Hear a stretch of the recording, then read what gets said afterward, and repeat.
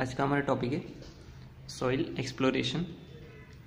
Soil exploration क्या होता है कि किसी भी कंस्ट्रक्शन प्रोजेक्ट को स्टार्ट करने से पहले उसकी जो साइट है वहाँ पर जाकर हमें उसके सॉइल के बारे में सारी जानकारी डिटेल्ड इन्वेस्टिगेशन करना होता है, जिससे कि हमको ये पता चलता है कि सॉइल की जो है वो वहाँ पे क्या कंडीशंस है, उसकी स्ट्रेंथ कितनी है, वहाँ पर वाटर टेबल कितना है, वहाँ पर सॉइल जो है उसके फॉर्मेशन किस टाइप की है, वहाँ का जो है ड्रेनेज सिस्टम वो किस टाइप का है, और सॉइल की सारी इंजीनियरिंग प्रॉपर्टीज़ जैसे कि उसकी डेंसिटी, उसकी स्पेसिफिक ग्रेविटी, इसका वाटर कंटेंट,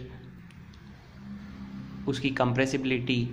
इसके अलावा काफ़ी सारी इन्फॉर्मेशन कलेक्ट करने के लिए जो प्रोसेस अपनाया जाता है उसको हम बोलते हैं सॉइल एक्सप्लोरेशन या फिर सॉइल इन्वेस्टिगेशन। ठीक है, तो जनरल जो डेफिनेशन होती है सॉइल एक्सप्लोरेशन की, the determination of surface and sub surface soil conditions and features in an area of proposed construction that may influence the design and cost of the project। मतलब क्या है इसका कि soil की surface and sub surface properties को और उसके features को पता करना, जिससे कि कंस्ट्रक्शन के दौरान आने वाली एक्सपेक्टेड प्रॉब्लम्स को हम सॉल्व कर सकें। तो इसके कुछ मेन पर्पज़ है सॉइल एक्सप्लोरेशन के कि क्यों जो है वो सॉइल एक्सप्लोरेशन को किया जाता है। तो सबसे पहला पॉइंट है selection of foundation type and design of foundation. Soil exploration से हमको जो डिटेल मिलेगी सॉइल के बारे में, उससे हम ये डिसाइड कर पाएंगे कि किस टाइप की फाउंडेशन हमें देनी चाहिए और उसका जो है वो डिज़ाइन किस टाइप से होना चाहिए। सेकेंड होता है contractor to quote realistic and competitive tenders, और कॉन्ट्रैक्टर को भी ये इन्फॉर्मेशन मिलती है कि उसको किस टाइप से जो है वो वर्क करना होगा और उसके जो है किस किस टाइप से स्ट्रक्चर को बनाने में एक्सपेंसेस होंगे, किस किस टाइप की मशीनरीज उसके लिए काम में आने वाली है, उसके अकॉर्डिंग जो है वो अपना टेंडर कोट कर सकता है। थर्ड पॉइंट है planning of construction techniques. Soil की टाइप के ऊपर डिपेंड करता है कि कंस्ट्रक्शन टेक्निक्स किस टाइप की होगी। अगर water table, ground water table बहुत हाई है तो मतलब कि वहाँ पर जो है वो फ्यूचर में पानी एक्सकेवेशन करते टाइम हो सकता है पानी जो है वो उसके एक्सकेवेटेड एरियाज में फिल हो सकता है, तो उसके लिए अलग टाइप की मशीनरीज यूज़ में आएगी। कई बार जो होता है वो लैंड जो होता है वो काफ़ी लूज सॉइल होती है, तो वो स्लाइड होने की कोशिश करती है, तो उसको रोकने के लिए उसको कुछ दूसरे टाइप के इक्विपमेंट्स यूज़ करने होते हैं। तो इस टाइप से जो है वो सॉइल एक्सप्लोरेशन से ये पता चलता है हमें कि किस टाइप के इक्विपमेंट्स जो है वो वहाँ पर रिक्वायरमेंट होंगे। नेक्स्ट है environmental effect of proposed construction, और जो कंस्ट्रक्शन हम करने वाले हैं उसका एनवायरनमेंट पर किस टाइप का इफेक्ट होने वाला है वो भी इससे पता पड़ता है। नेक्स्ट है need of any soil improvement. Soil exploration से जब सारी उसकी इंजीनियरिंग प्रॉपर्टीज़ हमें पता चल जाएगी तो उससे हम ये डिसाइड कर पाएंगे कि क्या सॉइल में कुछ अदर इम्प्रूवमेंट्स करने की ज़रूरत है, क्या सॉइल में कोई स्टेबलाइजेशन करने की ज़रूरत है, या फिर उसकी स्ट्रेंथ बढ़ाने के लिए कुछ एडिशन करना होगा, या फिर उसकी स्टेबिलिटी को बढ़ाने के लिए कोई प्रोविजंस करने होंगे। वो सारी चीज़ें जो वो हमें सॉइल एक्सप्लोरेशन से पता चलती है। नेक्स्ट है नीड ऑफ एनी सरफेस और सब सरफेस ड्रेनेज। वाटर टेबल का जो इफेक्ट होता है वो स्ट्रक्चर पर बहुत ज़्यादा होता है, उस वजह से जो है वाटर टेबल का अगर हमें कंडीशन पता चल जाए किसी भी सॉइल में तो हम ये डिसाइड कर पाएंगे कि आगे जाकर कंस्ट्रक्शन करने के दौरान वहाँ पर ड्रेनेज और सब सरफेस ड्रेनेज जो है वो किस टाइप से हमें प्रोवाइड करना होगा। और सॉइल एक्सप्लोरेशन में जो टोपोग्राफिकल कंडीशंस होती है उसको भी इंक्लूड किया जा सकता है, जिससे कि जो है लैंड का स्लोप किस डायरेक्शन में है, जो रेन वाटर होगा वो उसका ड्रेनेज किस डायरेक्शन में होगा, उसको भी हम पहले से डिसाइड कर सकते हैं। नेक्स्ट है selecting proper areas for engineering structure where there is flexibility in relocating the structure. और इंजीनियरिंग स्ट्रक्चर के लिए हम प्रॉपर लोकेशन सेलेक्ट कर पाएंगे अगर हमारे पास कोई बड़ा एरिया है और उसमें स्ट्रक्चर को लोकेट करने के दौरान प्रॉब्लम्स आ रही है तो उस स्ट्रक्चर को वहाँ से कुछ दूसरी जगह पर शिफ्ट भी किया जा सकता है। नेक्स्ट है investigation of failure of soil to know cause and remedial measures. और अगर सॉइल या फिर कोई स्ट्रक्चर किसी वजह से फेल हो गया है या फिर फेल हो जाता है, तो उसका भी जो है वो इन्वेस्टिगेशन के लिए हमें सॉइल एक्सप्लोरेशन करना होगा, जिससे कि हम पता चलेगा कि जो फेलियर का रीज़न है वो क्या है और उस फेलियर को रोकने के लिए किस टाइप के मेजर्स हमें आगे लेने होंगे। तो ये कुछ रीजन्स है, पर्पज़ है जिससे के लिए सॉइल एक्सप्लोरेशन को किया जाना जरूरी है। नेक्स्ट आते कुछ सॉइल एक्सप्लोरेशन के मेथड्स होते हैं। मेनली जो है वो 4 टाइप के मेथड होते हैं। फर्स्ट है ओपन एक्सकेवेशन, सेकंड है बोरिंग, थर्ड है सब सरफेस एक्सप्लोरेशन या फिर साउंडिंग, एंड फोर्थ होता है जियोफिजिकल मेथड। इसमें से अब 2 को स्टडी करेंगे। पहला होता है open excavation and next boring. तो ओपन एक्सकेवेशन जो है वो उसके वर्ड से ही पता चल रहा है कि ओपन एक्सकेवेशन क्या होता है, जिसमें कि सॉइल को एक्सकेवेट करके और उसकी प्रॉपर्टीज़ के बारे में इंफॉर्मेशन ली जाती है। उसमें जो है वो टेस्ट पिट खोदा जाता है और उस टेस्ट पिट से सॉइल को निकाल कर वहाँ के डिस्टर्ब्ड या फिर अनडिस्टर्ब्ड सैंपल जो है वो हम ले सकते हैं। और जैसे जैसे जो है वो एक्सप्लोरेशन की डेप्थ बढ़ती है तो जो है वो कॉस्ट भी उसकी बढ़ती जाती है, क्योंकि जैसे जैसे हम डेप्थ बढ़ जाएंगे उसके लिए हमें इक्विपमेंट्स भी चेंज करने होंगे। इसीलिए जो है वो ओपन एक्सकेवेशन 3 मीटर तक की डेप्थ के लिए सूटेबल रहता है, और उसके अगर नीचे जाना होगा हमें तो 6 मीटर की डेप्थ तक हमें जाने के लिए साइड से सॉइल को सपोर्ट्स की रिक्वायरमेंट होगी, क्योंकि सॉइल जो है वो स्लाइड हो सकती है।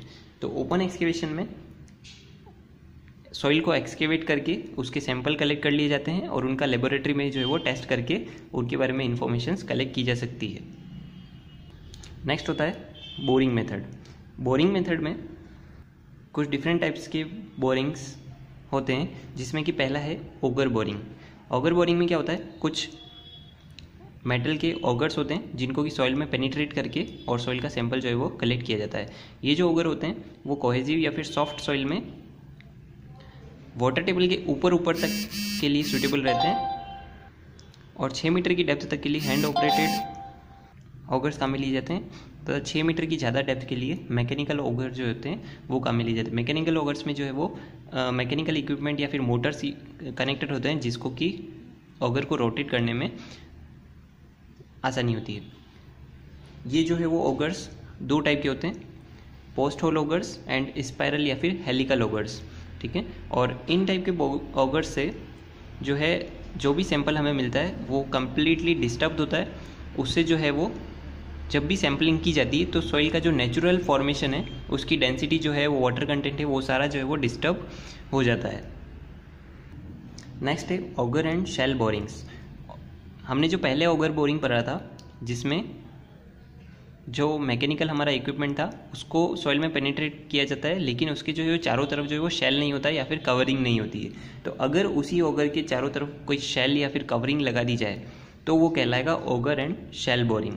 तो ये जो होते हैं ऑगर्स के साथ साथ सिलेंड्रिकल शेल्स प्रोवाइड कराया जाता है, जिसके कि बॉटम जो होता है वो कटिंग एज लगी हुई होती है, टिथ लगे हुए होते हैं, जो कि ईजिली जो है वो सॉइल में पेनिट्रेट करने में काम में आते हैं। और डीप बोरिंग यानी कि अप टू 25 मीटर तक के लिए hand operated augers and up to 50 metre के लिए मैकेनिकल ऑपरेटेड ऑगर्स जो है वो यूज़ में लिए जाते हैं। नॉर्मल जो ऑगर्स होते हैं वो सूटेबल होते हैं स्टिफ क्ले के लिए, और शेल्स जो होते हैं जिनमें कि ऑगर्स नहीं होते हैं, ओनली सिलेंड्रिकल कटिंग टूल होता है। तो वो जो शेल्स होते हैं वो स्टिफ क्ले के लिए और हार्ड क्ले के लिए जो है वो यूज़ में लिए जाते हैं। क्यों? क्योंकि उस टाइप के जो सिलेंड्रिकल ऑगर्स होते हैं उनको या फिर शेल्स को जब स्टिफ क्ले के अंदर धंसाया जाएगा तो वो स्टिफ क्ले जो है वो उस पाइप के अंदर या शेल के अंदर फिल हो जाएगी और उसको आसानी से जो है वो बाहर निकाला जा सकता है। और कुछ auger and shell boring equipments के अंदर पिस्टन और ट्रैप वॉल्व्स भी लगाए जाते हैं। जब उस इक्विपमेंट को सॉइल के अंदर पेनिट्रेट किया जाता है तो वॉल्व खुल जाता है और सॉइल को जो वो अंदर एंटर करने देता है। और इस टाइप के जो इक्विपमेंट होते हैं वो जनरली सैंडी सॉइल में काम में आते हैं, क्योंकि जब टूल को अंदर पेनिट्रेट किया जाएगा और वापस उसे लिफ्ट किया जाएगा तो हो सकता है वो सैंडी सॉइल जो है वो वापस से नीचे निकल जाए। तो उसके लिए इस टाइप के इक्विपमेंट को यूज़ किया जाता है। इसमें जब इक्विपमेंट को अंदर पेनिट्रेट किया जाएगा तो वो वॉल्व ओपन हो जाएगा और पिस्टन जो होता है वो ऊपर की तरफ स्लाइड हो जाएगा। जैसे ही सॉइल अंदर पेनिट्रेट हो जाएगी, टोटल कंप्लीटली फिल हो जाएगी, तो जो बॉटम वाला वॉल्व है वो क्लोज हो जाएगा, जिससे कि जो है वो सॉइल वापस से रिमूव या फिर नीचे की तरफ स्लाइड नहीं हो पाएगी और उस टूल को कंप्लीटली जो है वो ऊपर की तरफ उठा लिया जाएगा। इसके बाद नेक्स्ट होता है वॉश बोरिंग। ये method simple and fast type का मेथड है एंड इसमें जो है वो सभी टाइप की सॉइल्स के लिए यूज़ में लिया जा सकता है, लेकिन बोल्डर्स एंड रॉक्स के लिए जो है वो ये यूज़फुल नहीं होता है। इसमें सबसे पहले सॉइल के अंदर एक केसिंग जो होती है उसको पेनिट्रेट किया जाता है और उस केसिंग के अंदर जो है वो एक हॉलो ड्रिल रोड डाली जाती है और उस हॉलो ड्रिल रोड के बॉटम में एंड पॉइंट पर एक ड्रिल बिट लगा हुआ होता है। फिगर में हम देख सकते हैं कि ये हमारा ग्राउंड लेवल है और उसके अंदर सबसे पहले हमने केसिंग जो है वो पेनिट्रेट कर दी एक्सकेवेट करके, और उसके बाद इस केसिंग के अंदर एक होलो ड्रिल रोड जो है वो डाली जाती है और उसके एंड पर जो होता है वो एक ड्रिल बिट लगा हुआ होता है। फिर क्या किया जाता है, इस होलो ड्रिल रोड के अंदर प्रेशर के साथ पंप से पानी जो है वो फोर्सफुली डाला जाता है, जिससे कि यहाँ ड्रिल रॉड से वो वाटर प्रेशर के साथ बाहर निकलता है और उसका जो प्रेशर होता है वाटर का वो रैपिडली इंक्रीज और डिक्रीज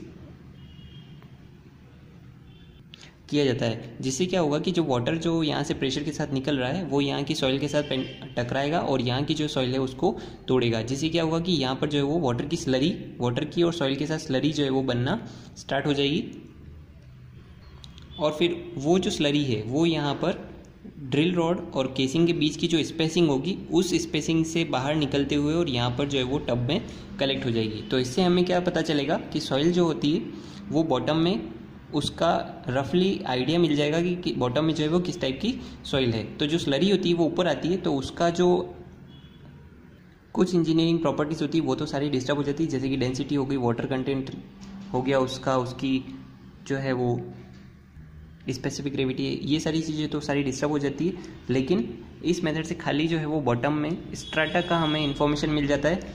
जैसे जैसे जो है वो हम बॉटम में नीचे डेप्थ की तरफ जाते जाएंगे तो अगर स्ट्राटा चेंज होता है तो जो स्लरी हमें मिल रही है उसका जो है वो कलर चेंज होता जाता है और हमें ऊपर टब में जो है वो स्लरी मिल जाती है और उससे जो है वो सॉइल से रिलेटेड जो है वो सारी जानकारी हमें मिल जाती है। उसके बाद नेक्स्ट आता है परक्यूशन बोरिंग। परक्यूशन बोरिंग जो है वो वॉश बोरिंग के जैसा ही होता है, जस्ट इसमें क्या होता है कि ये वाला जो परक्यूशन मेथड है ये हार्ड रॉक्स के लिए भी सूटेबल होता है। इसमें जो ड्रिल रॉड होती है उसके बॉटम में कटिंग टूल या फिर चीजल्स कनेक्टेड होता है जो कि रोटेट होता रहता है, जिससे क्या होगा कि बॉटम में अगर रॉक है या फिर हार्ड सॉइल है, हार्ड स्ट्राटा है, तो वो उसे भी जो है वो काट देगी और उसी के साथ साथ जो है वो वाटर को अंदर पेनिट्रेट किया जाता है, जिससे कि बॉटम में जो भी मटेरियल है उसकी स्लरी बन जाती है और फिर उस स्लरी को जो है वो ऊपर की तरफ ले लिया जाता है। इसके बाद नेक्स्ट आता है रोटरी बोरिंग। रोटरी बोरिंग जो होता है वो रॉक और सॉइल दोनों टाइप के सॉइल में काम में लिया जाता है। इसमें भी एक ड्रिल बिट होती है जो कि ड्रिल रॉड से कनेक्टेड होती है, जिसको कि बॉटम में सॉइल के साथ कांटेक्ट में लाकर रोटेट किया जाता है और उसी के साथ साथ एक ड्रिलिंग मड होती है जो कि सॉल्यूशन होता है बेंटोनाइट का, जिसमें कि कुछ एडमिक्सचर्स भी मिलाए जा सकते हैं। तो वो जो ड्रिलिंग मड होती है उसको भी अंदर पेनिट्रेट किया जाता है और जब वो पेनिट्रेटेड सॉल्यूशन जो है वो वापस रिटर्न ऊपर की तरफ आएगा तो वो अपने साथ साथ जो कटिंग्स होती है उनको भी ऊपर लेके आता है और उससे जो है वह हमें बॉटम की सॉइल के बारे में इंफॉर्मेशंस मिल जाती है। और जैसे जैसे हम डेप्थ पर नीचे जाते जाएंगे तो जैसे जैसे सॉइल का स्ट्राटा चेंज होता है तो उससे जो है वो मिलने वाले हमें स्लरी का भी कलर चेंज होता जाता है। तो उससे हमें पता चलता है कि बॉटम में जो स्ट्राटा है वो चेंज हो रहा है और इसको मड रोटरी ड्रिलिंग के भी नाम से जाना जाता है।